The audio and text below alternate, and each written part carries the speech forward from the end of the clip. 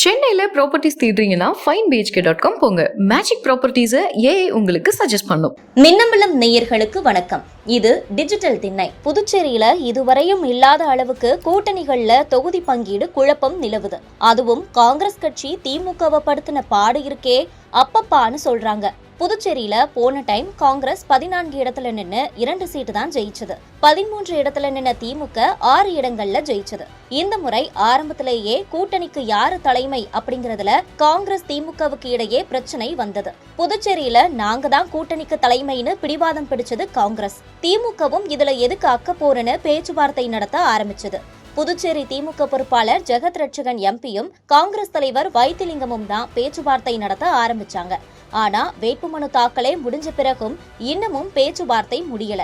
ஒரே குழப்பமாவே இருக்குது. இத பத்தி விசாரிச்சப்ப தமிழ்நாட்டுல கூட்டணியில குழப்பத்தை ஏற்படுத்தின கிறிஸ் சோடங்கர் தான் புதுச்சேரிக்கும் பொறுப்பாளர். ஜெகத் ரட்சகனும் வைத்திலிங்கமும் சீரியஸா பேச்சுவார்த்தை நடத்தினாங்க. திமுக தரப்புல 14க்கு 14 சீட்டுன்னு பிரிச்சுக்கலாம், விசிகவுக்கு 1, சிபிஐக்கு 1 கொடுக்கலாம்னு ஜெகத் ரட்சகன் சொன்னாரு. வைத்திலிங்கமோ கூட்டணிக்கு தலைமைன்னு இருக்கிறதால காங்கிரசுக்கு திமுகவை விட ஒரு சீட்டாவது கூட இருக்கணும்னு அழுத்தமா நின்னாரு. சரின்னு திமுக சைடு ஓகே சொன்னப்பவும் காங்கிரஸ் முடிவெடுக்காம இழுத்தடிச்சாங்க.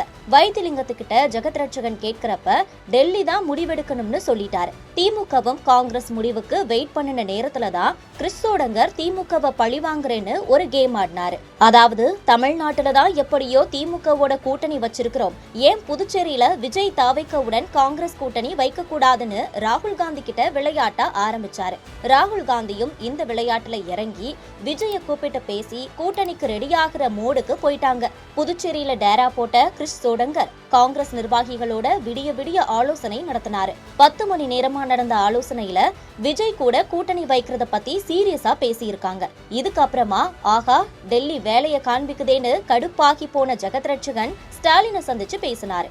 அப்ப புதுச்சேரியில காங்கிரஸ் இல்லாமலேயே நாம விசிக சிபிஐ எல்லாம் சேர்த்து எலெக்ஷனை சந்திப்போம், விசிகவுக்கு 3 சிபிஐக்கு 3ன்னு கொடுத்துட்டு மிச்ச இடத்துல நாம நின்னா நிச்சயம் ஜெயிச்சிடுவோம், காங்கிரஸ் இல்லாமலேயே ஆட்சி அமைச்சிடுவோம்னு நம்பிக்கையா ஸ்டாலின் கிட்ட சொன்னாரு ஜெகத் ரட்சகன். இத ஸ்டாலினும் ரொம்ப கவனமா கேட்டுக்கிட்டாரு. இப்படி அங்கிட்டு ராகுல் காந்தி விஜய் கிட்ட பேசி கூட்டணிக்கு ரெடி ஆகுறாரு, இங்கிட்டு காங்கிரஸ் கழற்றி விட திமுக ரெடி ஆகுது. இதையெல்லாம் தெரிஞ்சுக்கிட்ட ப. சிதம்பரம் களத்துல இறங்கினாரு. ஜெகத் ரட்சகனையும் வரவழைச்சு ஸ்டாலினை சந்திச்சு பேசினாரு சிதம்பரம். அப்ப விழுப்புரத்துல திமுக காங்கிரஸ் கூட்டணிக்கு ஓட்டு கேட்டுட்டு அங்கிருந்து சில கிலோமீட்டர் தள்ளி போய் விஜய் கட்சிக்கு ஓட்டு கேட்கறது எல்லாம் எப்படி சரி வரும்னு டெல்லி நினைக்குதுன்னு தெரியல.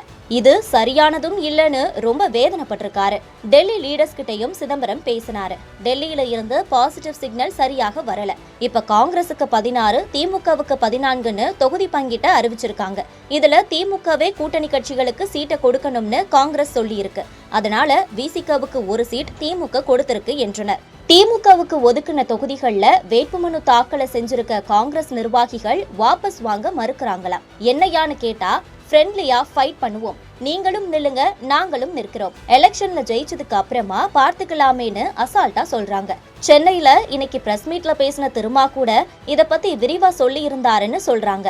இப்ப இருக்கிற நிலவரத்தை பார்த்தா மல்லிகார்ஜுன கார்கே பதவியில இருக்கும் வரைக்கும் தான் திமுக காங்கிரஸ் கூட்டணி இருக்கும் போல. 2029 லோக்சபா தேர்தலை விஜய் கூட தான் ராகுல் காந்தி சந்திப்பாருன்னு சொல்றாங்க என்றனர். சென்னையில் ப்ராப்பர்ட்டிஸ் தேடுறீங்கன்னா finebhk.com போங்க. மேஜிக் ப்ராப்பர்ட்டிஸை ஏஐ உங்களுக்கு சஜஸ்ட் பண்ணும். மின்னம்பலம்.com தமிழின் முதல் மொபைல் பத்திரிகை.